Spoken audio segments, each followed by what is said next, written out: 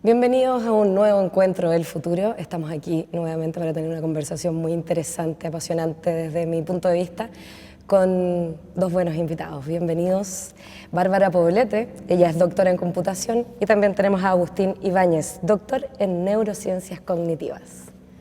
Grandes títulos para una bajada que nos convoca a hablar hoy día, solos e hiperconectados.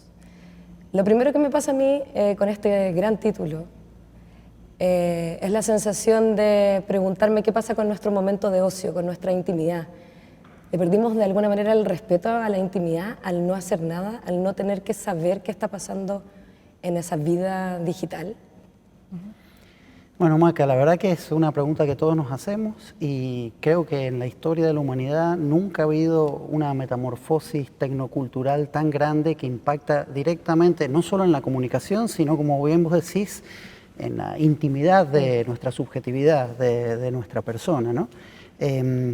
Nuestro cerebro no está habituado a conectarse de forma tan masiva, está mucho más habituado a tener un encuentro cara a cara, ¿no? Pero esto es inevitable, está produciendo cambios y creo que nuestra responsabilidad es saber cuáles de esos cambios queremos y cuáles no, ¿no? Porque el impacto de las tecnologías cambia la forma en la que pensamos, cambia la forma en la que nos interactuamos. Pero ahí dijiste algo que a mí también me hace cuestionarme a diario, que es cuánto nosotros podemos decidir finalmente. Cuánto nos podemos involucrar realmente o no, o cuánto depende de nosotros, esa toma de decisión. ¿Es tan individual o es este sentido de la pertenencia que igual nos obliga de alguna manera o nos impulsa? No nos obliga, ciertamente, pero sí nos impulsa a estar ahí, Sí. de algún modo. Creo que es ambos, individual y cultural, masivo, gregario. El punto es que estas tecnologías son invisibles en el sentido de que se vuelven connaturales con nosotros. Nuestra mente se extiende a estas tecnologías de forma inmediata sin que nos demos cuenta y vos ya tu memoria no la tenés vos, sino que la tiene tu celular y nunca te diste cuenta cuándo eso pasó, digamos. Entonces, lo primero que hay que generar es ser consciente de estos cambios que están produciendo, que podamos pensar y que podamos mirar a futuro también. Si nosotros no miramos hacia el futuro, alguien va a decidir por nosotros. ¿O está decidiendo en alguna parte? ¿Bárbara? Bueno, en realidad para mí son como estos, como dices tú, o sea, estos grandes cambios tecnológicos que uno en realidad no tiene mucha opción si se va a subir al carro o no puedes, o sea, podrías elegir vivir una vida aislado, pero no va a ser el común de la sociedad. Entonces, en el fondo tenemos que aprender a integrarlo. Yo lo vivo día a día, o sea, con mis hijos pequeños, que es como cómo tú haces que ellos tengan una relación sana con la tecnología, o sea, que no se desconecten del mundo real, del mundo físico, cuando están conectados en sus dispositivos. Y eso es un desafío tremendo, porque de alguna manera a mí me pasa que nosotros como adultos muchas veces nos vemos sumergidos en esta como absorción permanente de información, muchas veces bien innecesaria o prescindible, si queremos, y cómo nos hacemos conscientes de no transmitir eso a nuestros hijos, a las futuras generaciones, a tener conciencia de que si hay un daño, si hay un tablet y un monito animado permanente y a cualquier hora en las manos de un niño, o sea, cómo ponemos límites ahí o cómo educamos cuando todavía no nos hemos educado o hecho conscientes nosotros como adultos de esa relación con las redes sociales o con la tecnología en general. Sí, creo que es el problema que estás marcando tiene mucho que ver con la aceleración de estas tecnologías, ¿no? La forma en la que construimos información para comunicar es bestial. Y si uno hiciera una analogía en la historia del tiempo, ¿no? Qué sé yo, a la naturaleza le costó 350 millones de años, ¿no? Para solo generar las primeras células. Luego vino el ADN. Un tiempo que no podemos ni dimensionar. Ni dimensionar. Y el cambio, el salto informacional, ¿no es cierto?, demoraba una extensión de tiempo. Luego, cada vez más acelerado en el tiempo, ¿no?, aparecieron los organismos complejos, luego los humanos, luego la cultura, el lenguaje, la conciencia y hoy el Internet. El aceleramiento temporal es tremendo y eso hace que sea mucho más difícil darnos cuenta de esto, ¿no? Particularmente con estas tecnologías que se vuelven parte del entramado cotidiano. Por eso, insisto, creo que esto que estamos haciendo, solo hablar de esto, poder saber qué está cambiando, ¿no? A nivel cognitivo, las cosas que vos dejás de hacer o dejás de entrenar se pierden. Hay un principio básico que se llama darwinismo neuronal, ¿no? Que básicamente lo que vos no entrenás lo perdés. Como un músculo se atrofia, igual pasa en tu cerebro. Es que eso es muy interesante y se los pregunto a los dos, que tiene que ver con lo que tú dijiste, esta memoria que nosotros fuimos cultivando de niños y jóvenes, aprendernos números de teléfono, aprendernos direcciones, cómo llegar a ciertos lugares. Hoy día se la traspasamos esa responsabilidad a nuestros teléfonos. ¿Cómo nos hacemos cargo de eso y qué estamos perdiendo también en ese no entrenamiento de ciertas zonas de nuestro cerebro? ¿Es así? ¿Es así de duro o alarmante? ¿O deberíamos mirarlo al menos? Es así, pero yo creo que hay que pensarlo por ambos lados, ¿no? No solo por el lado negativo, sino por el lado positivo. Somos mentes extendidas. Así como usamos ropa o lenguaje o cultura, que son tecnologías de alguna forma, así usamos también las redes, que nos permiten extendernos en el mundo, extendernos en el espacio, extendernos en el tiempo. Esa es una manera más positiva y linda de verlo, ¿no? Es como la extensión de nuestros cuerpos en otras dimensiones o en otros espacios. Ese es el punto. Si vos perdés memoria, tenés que ganar otra forma en la que en que sos alguien activo en el mundo. En la medida que la tecnología te vuelva pasiva y haga todo por vos, va a pasar un poquito, ¿no es cierto?, esto que vos estás señalando, el riesgo de que nos vamos a volver entes mucho más pasivos. En la medida que usemos la tecnología para extendernos cognitiva, espacial y temporalmente, nos va a hacer bien, va a tener un efecto sinérgico que va a permitir el desarrollo evolutivo. Y tú, Bárbara, en tu experiencia, ¿ocupamos en el fondo estas nuevas tecnologías para bienes mejores, para una oportunidad de desarrollo de nosotros mismos? ¿O estamos ahí mucho tiempo también perdiendo, comillas, el tiempo? Gastando en verle la vida a otros, en cómo comunicamos también nosotros nuestras propias vidas, porque hay algunas redes sociales que nos permiten o nos invitan, en el uso que les estamos dando hoy día, a poner una foto de nosotros mismos diaria, por ejemplo, desde el ángulo que uno conoce que le funciona. Sí, bueno, ahí hay muchas cosas. O sea, yo trabajo en computación, entonces a mí me encanta la tecnología, o sea, yo me fascino con todas las cosas nuevas que van apareciendo, las nuevas redes sociales, todo, pero no significa que yo sea adicta a esa tecnología. Entonces ha pasado un proceso personal en que cuando era más joven era como fascinación y después estar todo el rato mirando el teléfono y después te das cuenta como de las cosas que como que vas perdiendo, o sea, estos momentos de tranquilidad, de desarrollar otras habilidades. No sé, el otro día hablábamos con un colega de sentarte un rato a dibujar o escribir, hacer algo con tu mano que no sea de moda, así. por ejemplo, pintar mandalas, y que uno, si hace el ejercicio, que los invito, por cierto, te pone en un estado que se nos ha olvidado un poco, quizás, que es como más quieto, más calmo. O sea, ¿cuántas veces nos vemos nosotros mismos así, como pasando, no sé, en Instagram, por poner el ejemplo, que son fotos que, no sé, hay gente que puede poner texto y más reflexión, ¿no?, en torno a esa foto. Y pero la gran mayoría mayoría... en un millón de cosas al mismo tiempo, o sea, no llevas solo una línea de pensamiento, sino que estás desarrollando un montón de tareas. Para nosotros en computación, cuando tratamos de... Yo antes trabajaba con tecnologías de búsqueda, entonces mirábamos mucho la actividad de las personas en los navegadores, en los browsers, y la verdad es que es muy difícil saber a qué tarea está abocada una persona, porque en general estamos haciendo 10 tareas al mismo tiempo. Estamos mirando Facebook, estamos en Twitter, ahora tenemos la ventanita de WhatsApp, estamos buscando algo en Google y no estamos haciendo una sola búsqueda, sino que por un lado quizás estás buscando no sé, un traje de ballet para tu hija pequeña y por otro lado estás investigando algo de tu trabajo y todo al mismo tiempo. Entonces estamos como en este multitasking, o sea, multitarea constante. Exacto. Que igual, no sé, yo creo que nosotros nos fuimos diseñados para esto. O sea, tú sabes más. Yo le digo siempre a mis alumnos, es como, si ustedes están mirando el celular, yo hago clases en la universidad y yo sé, por mucho que tú creas que me estás poniendo atención, no me estás poniendo atención. ¿Y cuál es tu propuesta ahí? ¿Apagar los celulares, dejarlos a un lado?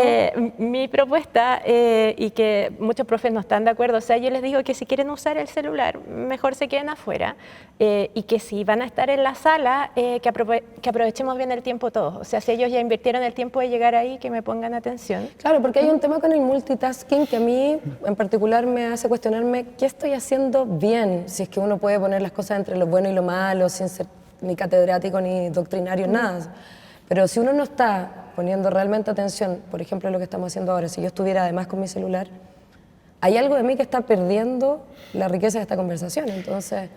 Sí, aparentemente, ¿no? O sea, si uno mira la historia de la humanidad, todo lo hemos aprendido con la atención sostenida, que es como la idea opuesta de la multitarea, ¿no? El focalizar en una sola cosa. O sea, hacer foco, si uno se llama a sí mismo o incluso vos, un niño. Si querés aprender a andar en bicicleta y estás haciendo multitasking, te vas a caer, digamos, ¿no? Para ser pintor, para ser ingeniero, para ser físico, matemático, artista, la atención sostenida ha sido fundamental para el proceso de aprendizaje tal cual como lo conocemos. Y que no implica no equivocarse, si sin duda en el aprendizaje al revés, hay que desafiarse a equivocarse todo el tiempo. Ahora es cierto que eso puede cambiar y pueden cambiar las formas de aprender. De hecho, los nativos digitales encuentran tremendamente aburrida el esquema tradicional de la educación. Entonces hay que mirar también los dos lados de nuevo, ¿no? Porque hoy en día, por ejemplo, gracias a la tecnología, gracias a Coursera, puedes tomar el mejor curso, mejor que en Harvard, lo puedes tomar desde tu casa. Sí. Entonces, son las dos cosas. Y el multitasking tiene ventajas. Podemos ver la periferia, podemos hacer varias cosas a la vez. Lo que hay que hacer es, para mí, regularlo, ¿no? Es fundamental. ¿Por qué? Porque básicamente si uno no desarrolla, tal un poco como vos lo decías, es casi aprender a ordenarse uno mismo. Si uno no desarrolla hábitos para autorregularse, estás víctima de la atención capturada por la tecnología, digamos. En cambio, si vos podés participar de ello, pero también focalizar, tenés la ventaja de los dos mundos. Perfecto, pero en eso que hay que incentivarse o reeducarnos o como cada uno como individuo hacer esa autorregulación, ¿hay técnicas, hay criterios comunes? Claro.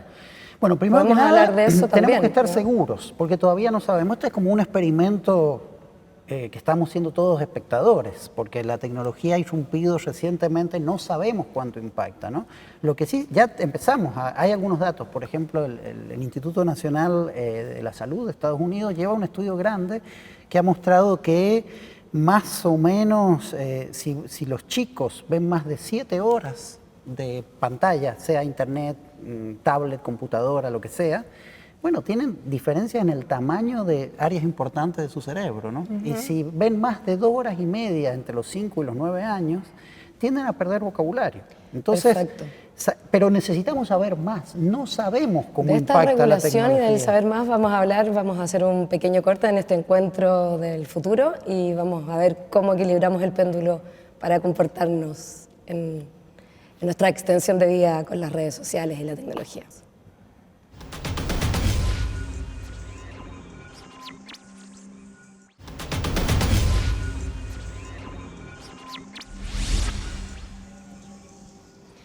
Continuamos esta entretenida e interesantísima conversación con ustedes dos queridos invitados, Bárbara Poblete y Agustín Ibáñez, recordamos, doctor en computación y doctor en neurociencias cognitivas. Estábamos hablando en esta macro conversación de solos y hiperconectados que nos puede llevar por tantas ramas de conversación, de cómo nos regulamos o autorregulamos en nuestra relación. Yo me detendría particularmente con el teléfono. La conciencia que tenemos que tener de su uso, cuántas horas al día está bien, más o menos, si podemos poner ese rango, al dormir, cuánto tiempo antes nos deberíamos distanciar, incluso el efecto como de la luminosidad de una pantalla. Seguro Bárbaro va a tener claridad en cosas directamente ligadas a la tecnología, pero lo que yo sí te puedo decir es que si vos no sos dueño del flujo de tu conciencia, de dónde pones la atención, tenés un problema importante en la vida, porque eso es algo fundamental. Que, por ejemplo, los chicos que no se autorregulan tienen más dificultades escolares, tienen más dificultades para insertarse después, ¿no?, en la sociedad. En la medida que vos no te autorregulás, no podés desprenderte, te quedás enganchado con eso. Entonces, hay muchas formas de entrenar eso, con autorregulación emocional, con mindfulness. Lo importante es poder fijar la atención, ¿no? Pero si pudiéramos dejar un ejercicio o una recomendación puntual, ¿qué dirían cada uno desde su lugar que hiciéramos nosotros los usuarios comunes de un teléfono en una ciudad como Santiago, de hecho? No sé, bueno, yo no soy experta en estos temas, o sea, yo tengo un doctorado en computación, puedo decir lo que es lo que hago yo como una persona muy expuesta a la tecnología y que trabajo todo el día con un computador. Yo dejo yo llego a mi casa y yo dejo el teléfono en un lugar determinado porque sé que si lo ando trayendo en la mano no le voy a poner atención a mis hijos y los veo muy poco. Entonces tratamos como de concentrar la tecnología en una parte donde la guardamos y intentamos, no es perfecto esto, tener como ciertas horas o o momentos en que los usamos, o sea, como de relajo. Y lo que sí me afectaba mucho era el tema de la pantalla en la noche, o sea, si yo usaba mi teléfono muy tarde, ya no podía dormir, entonces como que identifiqué ese tipo de cosas y empezar a guardarlo o cambiar el tipo de luminosidad que está usando, cambiar la luz azul por luces cálidas.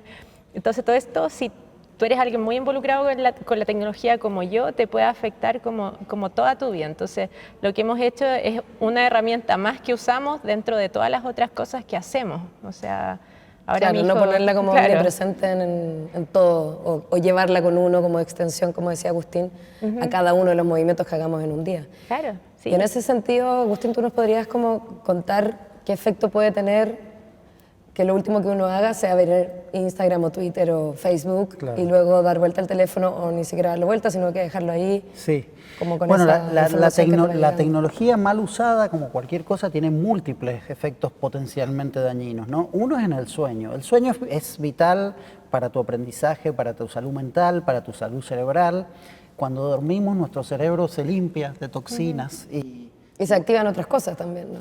todo lo que aprendiste en el día se consolida cuando dormís. Y el sueño tiene una arquitectura que si vos la rompés, no llegás a ciertas etapas que son críticas para tener un cerebro saludable, digamos. Entonces, primero que nada, el sueño es fundamental. Esto de este como tip que vos sugerís de poner la tecnología en un lugar me parece genial, porque tendemos a caer en la tecnología de forma espontánea, porque es algo maravilloso realmente. Es tentador digamos. permanentemente. Sí, Claro, sí, el entonces juego también. creo que hay que generar, por un lado, regulación, control externo de la conducta, que vos no puedas acceder, ¿no? O que vos puedas manejarlo. Y por otro lado, esto que hablábamos de autorregulación.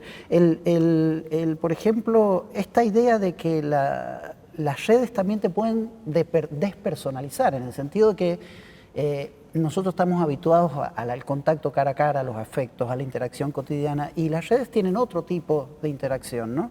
En la medida que vos te sientas solo, la soledad percibida te puede duplicar el riesgo de tener enfermedades psiquiátricas o demencia, por ejemplo, ¿no? Entonces, es muy importante es como cualquier cosa, como el alcohol o como cualquier cosa que te guste mucho. Todo en Si exceso, vos haces un como- abuso, ¿y cuál es la solución para el abuso? Y bueno, autorregularse, ¿viste? No queda más camino ni remedio que ir para allá. digamos. Sí, pero es un desafío permanente, ¿no? La autorregulación yo creo que es de las cosas más complejas que hay. Y en ese sentido me quiero detener en algo que me imagino que tú, Bárbara, has podido ver harto en el estudio de nuestro comportamiento en redes sociales. La doble o triple o no sé cuántas personalidades podríamos decir que tenemos según el medio que estamos ocupando, cómo nos comportamos en esas redes sociales no necesariamente es igual a cómo somos en nuestra intimidad o incluso en una conversación como esta.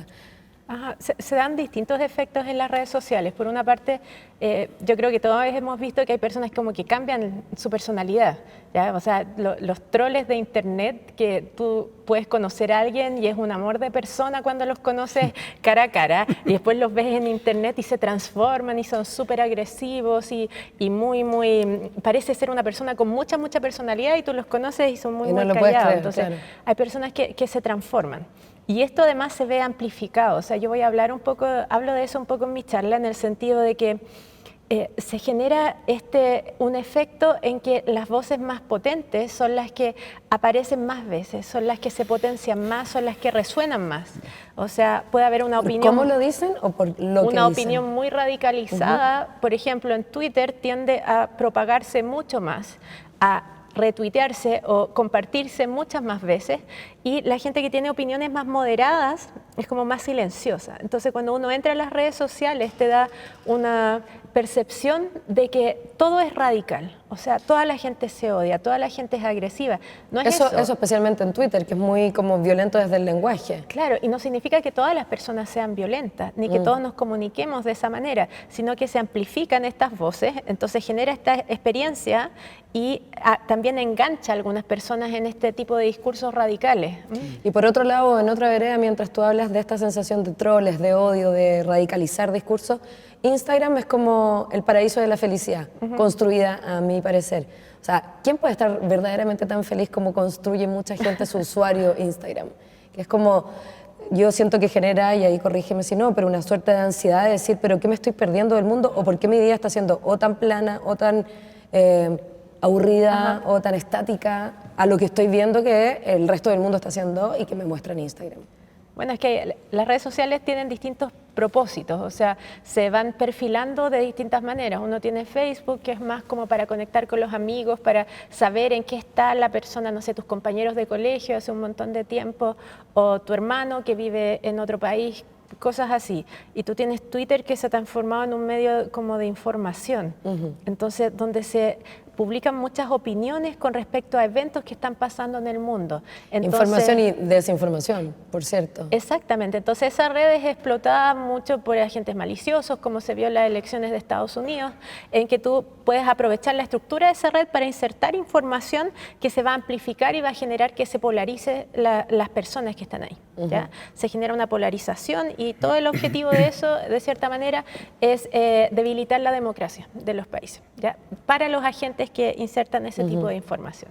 En cambio, tú tienes otro tipo de redes como Instagram que van tomando otro giro, o sea, es mucho más visual. Es una cosa que para que a ti algo te agrade visualmente tiene que ser una cosa estéticamente bonita, entonces se va construyendo de esa manera. Entonces, yo no he pensado mucho si uno pudiera explotar Instagram para estos tipos de ataques maliciosos. Ciertamente hay redes que son más vulnerables a esas cosas, como Twitter y Facebook, o sea, de todas maneras. Claro, y nos podríamos quedar 2 horas más o hacer 3 encuentros más para hablar del debilitamiento de las democracias a partir del poder de una red social como Twitter, que es, a mí parecer, impresionante. O sea, porque tampoco, si nos ponemos a pensar del macro de la población que habita el planeta, ¿quiénes son los que realmente están presentes, activos hoy día en Twitter? En porcentaje no lo sabría decir, pero... Es mucha gente y lo que pasa es que están representadas muchos sectores sociales y también muchas partes del mundo, quizás no en Chile es más bien de un sector muy determinado de edad y como estrato social, pero en otros países está muy masificado. Mucho más, ¿sí?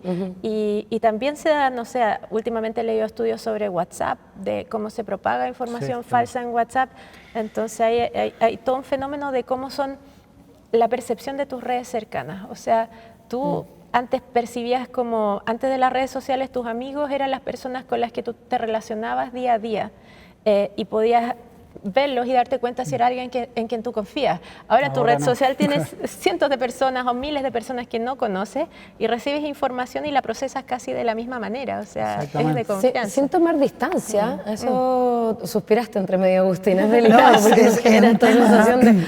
Es tremendo, ¿viste? La comunicación que nosotros desarrollamos está llena de sesgos. ¿Por qué? Porque nosotros usamos la ficción todo el tiempo. Si no usáramos la ficción no nos comprenderíamos entre nosotros. O sea, vos tenés que imaginar qué está pensando ella y eso te permite comunicarte con ella, ¿no? Claro. Podemos construir ciudades o conceptos porque tenemos la capacidad ficcional, por eso mentimos. La capacidad de mentir es algo intrínsecamente humano, digamos. No seríamos seres humanos si no pudiéramos mentir y es adaptativo. El punto es cuando esto se escala.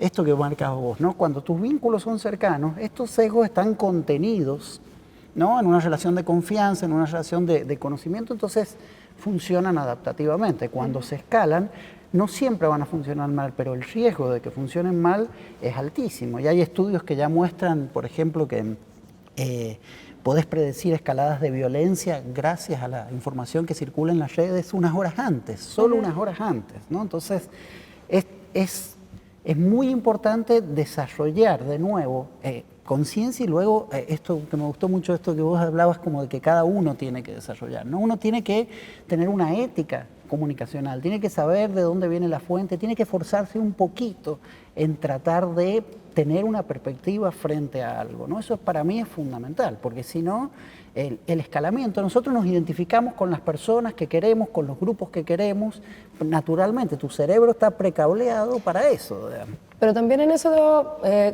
ya casi al cerro, porque lamentablemente así de rápido pasa el tiempo, insisto que esto da para que conversemos muchísimos encuentros nuevos del futuro, ojalá inmediato, pero ¿cómo podemos cerrar? ¿Con qué visión o con qué recomendación de cómo reflexionamos en nuestro propio comportamiento con las redes sociales? ¿Los castigamos si decidimos no tener una red social, por ejemplo? ¿Tenemos que estar ahí? Esa sería mi pregunta. Yo creo que uno puede perder muchas cosas útiles, o sea, hay ciertas redes sociales que nos permiten adquirir información muy rápido de eventos que están pasando en el mundo. Nosotros estudiamos mucho ese fenómeno, o sea, cómo nos enteramos o podemos incluso detectar antes que los medios que ha ocurrido un desastre natural, lo aprovechamos para la detección de sismos, para generar ayuda en ese tipo de situaciones. Entonces, las redes sociales son súper útiles, nos permiten permanecer conectados. O sea, yo tengo amigos con los que interactúo día a día de mi doctorado en Barcelona, que ahora están por todas partes del mundo. Entonces, yo no diría renunciar a las redes sociales, pero sí que tenemos que empezar a educar una forma de pensar diferente, ya que es esta forma del pensamiento crítico, que es algo que ya se está estableciendo en muchas universidades, sobre todo en Estados Unidos. ¿Qué es lo que yo hago con la información que recibo? ¿Cómo me transformo en un consumidor responsable de información y republicador de información? Exacto, como consumidor responsable nos vamos a quedar con eso y también con la conciencia de qué comunicamos y cómo lo comunicamos. Les agradezco esta conversación solos e hiperconectados y ojalá nos volvamos a encontrar pronto en un nuevo encuentro del futuro.